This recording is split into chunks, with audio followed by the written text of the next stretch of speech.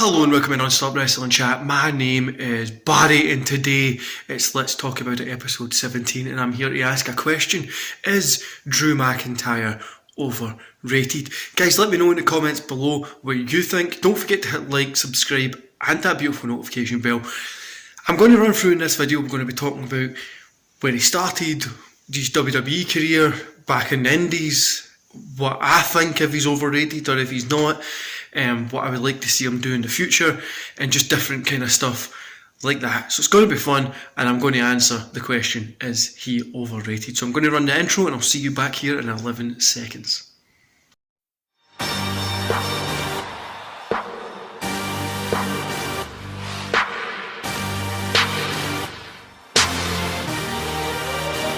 Okay, let's get started. Before we do, guys, if you've not already, go subscribe. I know some of yous are sitting there watching this video and enjoying this baldy man to get some hair back, hopefully, on my head, needs you to subscribe.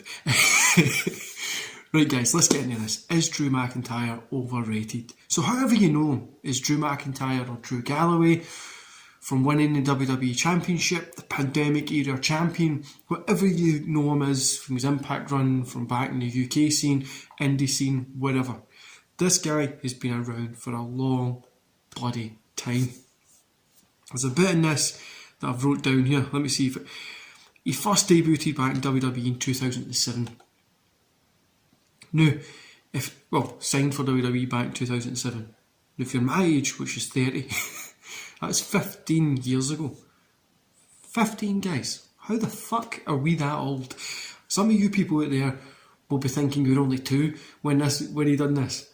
I was 15. I was 15 turning 16, which is insane how long ago that was, and also how old I feel. Really, that was a bit of a downer this morning, but no. Over the past couple of weeks, I've really been seeing stuff on Twitter and kind of wrestling forums saying is Drew McIntyre overrated, the position that he's in with this Happy Corbin thing that he's doing. Is he overrated? And just that pretty much has he been overrated, and that WWE's ruining him with what they're doing just now. No, I'm not going to say I agree or disagree with that as just yet, but I'm going to delve into now a little bit more about who Drew is. So the big question is, who is Drew McIntyre / Drew Galloway from Ayr in Scotland, a weird place in Scotland that's pretty much a shithole on a beach, but I'm from Scotland, I can say that. There's some nice places around it. No, the actual Ayr place. So, who is Drew? I first saw him back on the indie circuit in Scotland for a company, BCW I think it was, British Championship Wrestling. I remember also seeing him at Clan Wars for SWA, which is the Scottish Wrestling Alliance.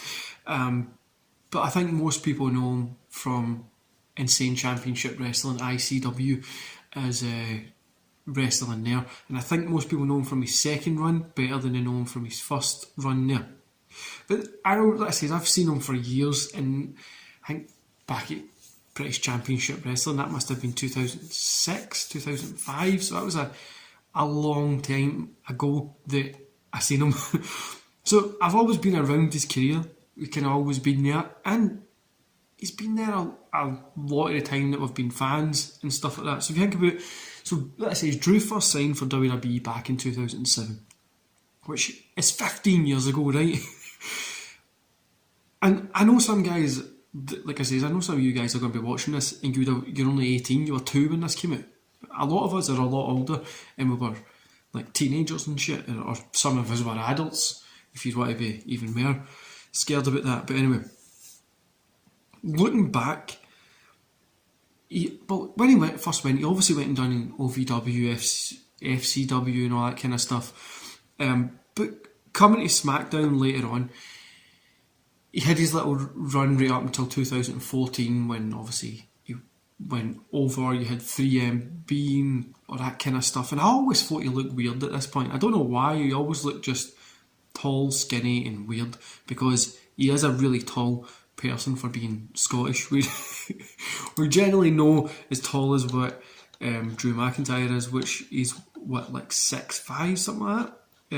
Let me just check. 6'5". He's 6'5", so he's a good height for a Scottish person. Pretty much that first run, he wasn't for me. Right up till 2014, that before he was released, he wasn't for me. I really feel at this point as well, what harmed him was we did get the feeling that this was Vince's next chosen person, right? And we just came off of 10 years of Cena. Do you know what I mean? 10 years of Cena and just being pushed down our throat, and people were so tired of it. And then they done the fucking weird period when they were just giving anybody the championship. But I felt like 10 years of Cena was just tired people, and the guy just didn't really seem to work. And we got that vibe from it anyway, until they kind of started jobbing him. Then it was like, oh well. So obviously done that 3MB stuff, and his run there was just there. It was nothing amazing. Like, it was nothing exciting, and he just felt like he was missing something. But when Drew was let go, it was kind of a surprise, because well, it wasn't a surprise. I don't think anybody was shocked that he was let go, because he wasn't doing anything for anybody at this point.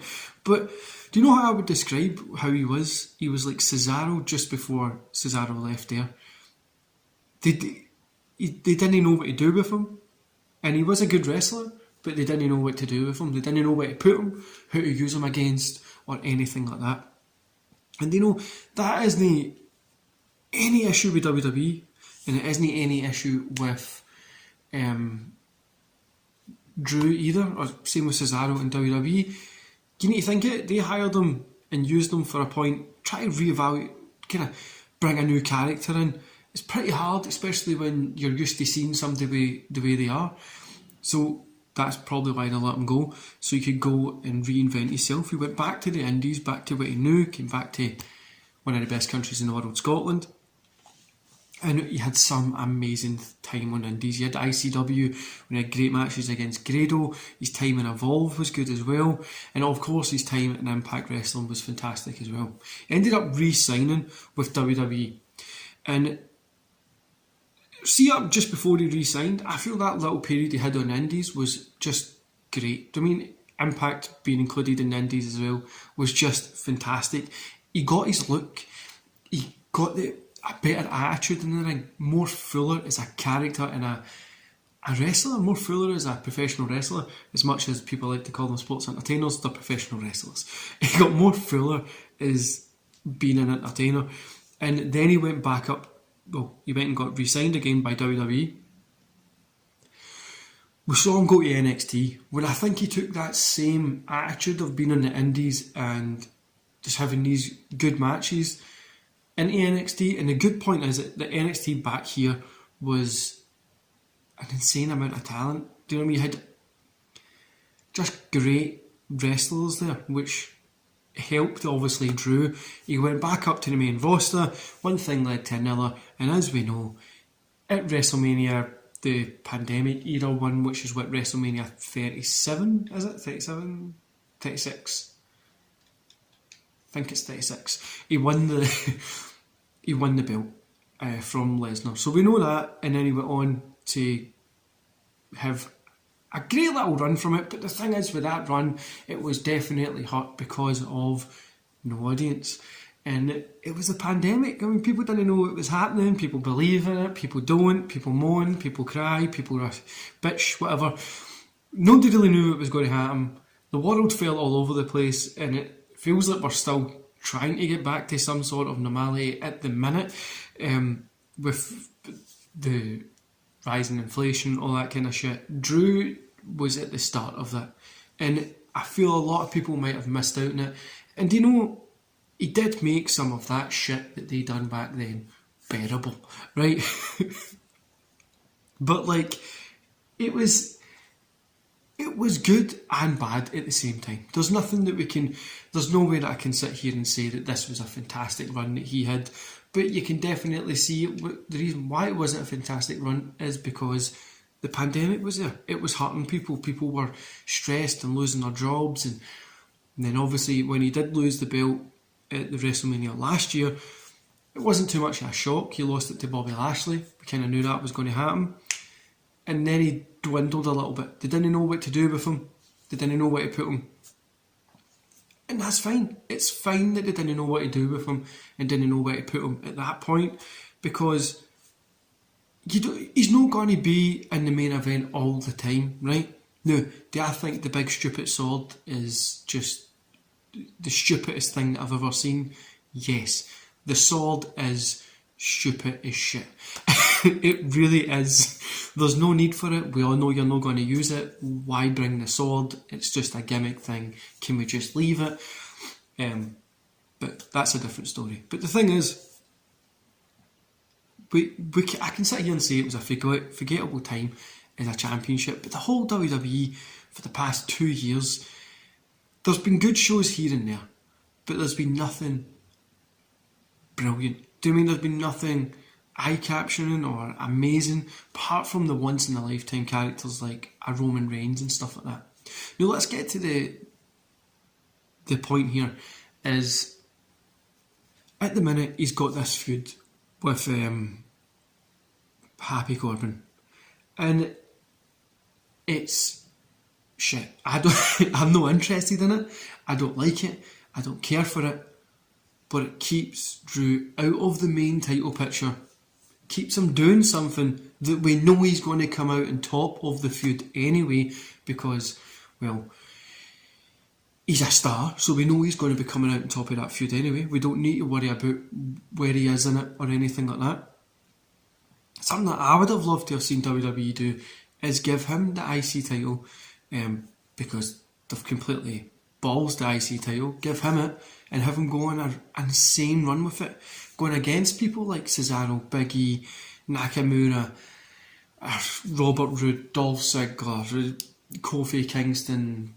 I'm just trying to think of names off the top of my head here. Going against all these guys that aren't in that main event, Seth Rollins, Kevin Owens, all these guys aren't in the main event at the minute, that are upper mid-card to mid-card, and just creating a good list of, I've beat the shit out of these people. He ends up getting pinned by somebody that's just coming up, creates a new star to get the belt, and then he goes up to get the main title, and then a year later we've got these two meeting back up again. That's a long-term story position that they could have done. I feel they've fumbled that a little bit, especially putting him against somebody like Damian Priest and having a long feud, 2 months, 3 months, something like that. You know, I'm not interested in this Happy Corbin stuff. Like I say, his sword is just silly. Some of the attitude that he has is a little bit silly and doesn't really make sense. But like, if you really look at it, right, guys like Seth Rollins and Kevin Owens and stuff like that, they're not in the main event picture just now. They're a tag team and they're upper mid cards. I mean, they've still got the potential to challenge for there. That's fine. What they've done to Drew here as well is fine. Have they messed his character up and ruined him? Only time will tell. Have they made him know where they're going to be able to turn it around and bring him back up? I don't think so. I think he's going to be back in that main event title picture either at the end of this year or 2023. The guy's a star. He looks like a star, and you can't take away from the fact that, well, he is a star. He looks great and he's fantastic. Now, let me bring you to the question: is Drew McIntyre overrated? No. He's no overrated at all. He's fantastic. I think at this time he is where he has to be. WWE took him out of that main event title picture because people had that pandemic era champion thoughts in their brain, and now they're bringing him. They're going to start bringing him back eventually up. Maybe they'll give him an IC title run or the US title run, whatever. But they're going to start bringing him back up there because they're able to do that. And they've took that thought of the IC champion. Sorry about that. IC champion, pandemic era champion thought in their brain. They've took that out. Do you know what I mean? So you're no stressing about that, and you're no worried about just where he is in his career or anything like that. So I think they've done the right thing. People are calling for him to be back in the main event title picture, but is it time for him to be there? Maybe in a few months, maybe towards the end of the year. At the minute, couple of more feuds outside that will definitely get people more ready for him to be back up there. Is this just a Twitter thing? Yes. The trigger machine, as I like to call it. It literally is where a small vocal minority of people will make you think that WWE has done nothing right over the past 20 years, which is untrue. They've took stars that were known in the wrestling community between wrestling fans and wrestlers and made them global stars. Is wrestling on a decline and it isn't as cool as what it used to? Of course it is. It's not as cool as what it used to be. And did WWE fuck up a ton? Yes. Do AEW fuck up a ton? Yes. Both products have their fair share of utter shite shows. And yeah, that's that's just the truth. That's the way it is. Now look, is Drew going to be a Roman or a Cena or a Rock or an Austin? No. I don't think he's going to get to that level anytime soon, and I don't see him getting to that level ever. But can he be that level? Of course he can. The guy's fantastic. The guy's got the look. It's cool to see somebody that started training in Scotland and came from Scotland and now he's in this position. That's cool. He really does have the look and the ability to be great. And is a Rock Roman feud next year going to be beneficial for Drew? Then he can take the belt from Roman and they can run with it that way. Who knows? We'll wait and see. But let's have a little look at the Twitter poll that I put out. So I'm going to put it up somewhere, like here, or just in front of the screen. Let's have a little look at what people have voted. Okay, so I'll put the poll up in a little bit. I went to Twitter just to check the poll, but I thought I would go through some of the kind of comments that have been left. So first of all, we've got SCW Steve, great friend of the channel, SCW the wrestling channel. Definitely go check him out, subscribe to him. He voted, and his answer is obviously no. I know Steve's a fan of Drew McIntyre, and I totally agree with what he's going to say there. Next up, we've got Mex. He put up no, obviously. McIntyre is special, and they got to reload him and go again 100%. They got to let this guy, like I say, reload the guy and get right after it. That couldn't agree more, and pretty much summed up my whole video in one sentence. So thanks. And then we've got GG coming in. GG on wrestling. Go check out Mex as well. Go subscribe to his channel. Fantastic content over there. A lot more professional than mine, because at least he can get his background sorted as I'm still here struggling. We've got GG on wrestling, who you should go subscribe to as well, guys. I'm on his channel quite a lot as well, so go subscribe. So he said, a very tough question. Booking has certainly harmed him. WWE just can't book a babyface world champion. Get rid of the sword as well. Drew Weiniger not going to stab anybody. The sword thing, I 100% agree with. The babyface champion thing, I would kind of disagree. I think they have been good at it in the past, but it's only when they get those like insane mega babyface champions instead of from just like the normal ones. But good couple of points there. Definitely go subscribe to GG as well. But I think recently WWE has really struggled with the babyface bookings, but in the past they've got it right. Just they don't have somebody as big as like a Roman Reigns as a babyface to book, and even when Roman Reigns they were trying to do it as a babyface, they fucked it up. So no, for a long time have they got this right at all. But yeah, so let's head to the poll and let's look at that. So if you look at the poll just now, we've got it as recording the rest of this after the gym, guys. As you can see clearly, Drew McIntyre isn't underrated or overrated from looking at Twitter. We had 2 last minute kind of comments come in before I made the rest of this video from Wrestling by Wildridge and Rated R for Wrestling. I'm going to put them on the screen just now. And as you can see, both their points stand. This guy, maybe no Wrestling with Wildridge. I don't think the guy is underrated. I think he is just where he is, and we're going to be seeing him getting used a little bit better. But I definitely agree with Rated R Wrestling. This guy has to get the rocket back on him and get him back to the top once he's ready. Like I says, I would love to see him get an IC title run and really do cool things with it. But yeah, this has been a really fun video to make, guys. Thank you all for taking part in that Twitter poll. I'm going to go to bed because it's like 3 in the morning just now. Anyway, guys, enjoy the rest of your day. And don't forget to hit like, subscribe, and that beautiful notification bell. And I'll see you back here this Sunday. See you later.